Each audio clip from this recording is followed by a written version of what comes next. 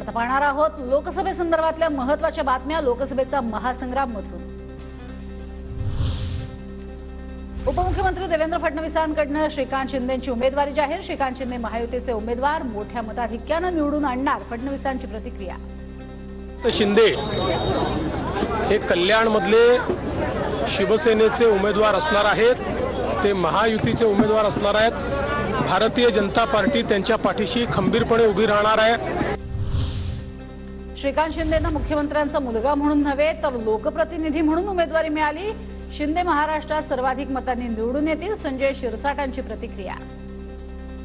मुख्यमंत्र्यांचा मुलगा म्हणून नव्हे तर एक लोकप्रतिनिधी म्हणून ज्या स्पीडने काम करायची पद्धत त्याची आहे किंवा लोकांमध्ये मिसळणे भेटणे, त्यामुळे आज त्याला पुन्हा उमेदवारी देण्यात आलेली आहे आणि मला वाटतं महाराष्ट्राला सर्वात जास्त मतांनी ही सीट निवडून येईल।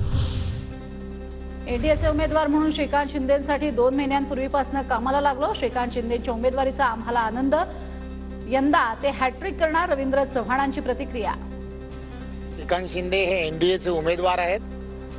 हे गेल्या काही महिन्यांपासून मी असेल डॉक्टर श्रीकांत शिंदे आम्ही दोघांनी एकत्र भारतीय जनता पार्टीच्या महायुतीच्या सगळ्या बैठका घेऊन आम्ही लोकांनी ऑलरेडी 2 महिन्या अगोदरच एनडीएचा उमेदवार म्हणून त्याच्या कामाला सुरुवात केली आहे।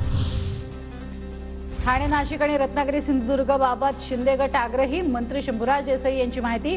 ठाणे, नाशिक, सिंधुदुर्गची जागा सोडू नका, बैठकीत शिवसेना नेत्यांची शिंदेंकडे मागणी। जयंत पाटील नाराज, पक्षात त्यांना कोणी विचारत नाही। लोकसभा निवडणुकीत जयंत पाटील कुठेच दिसत नाहीत, फडणवीसांचा जयंत पाटलांवर निशाणा। आजकाल इररिलेव्हंट झाले आहेत। मला हे माहिती आहे की ते त्यांच्या पक्षात इतके नाराज आहेत की त्यांच्या पक्षात त्यांना कोणी विचारत नाही, त्याच्यामुळे अलीकडच्या काळात असे स्टेटमेंट ते देत आहेत। बघा कुठे दिसतात का तुम्हाला जयंत पाटील? बारामतीत मोदी विरुद्ध राहुल गांधी लढत हे फडणवीसांचं वक्तव्य हास्यास्पद, फडणवीसांकडून नॅरेटिव्ह बदलण्याचा प्रयत्न, जयंत पाटलांची टीका। मोदी आणि राहुल गांधी यांची कंपॅरिझन त्यांच्या समोर आली असेल आणि त्यामुळे नॅरेटिव्ह बदलण्याचा हा छोटासा प्रयत्न आहे त्यांचा। छगन भुजबळांच्या उमेदवारीला शिवसेनेच्या भाऊसाहेब चौधरींचा विरोध, भुजबळांना उमेदवारी मिळाल्यास शिवसेनेत काम करणार नाहीत, भाऊसाहेब चौधरींचं विधान। अजित पवार गटाकडून भुजबळ साहेब कदाचित मागत असतील।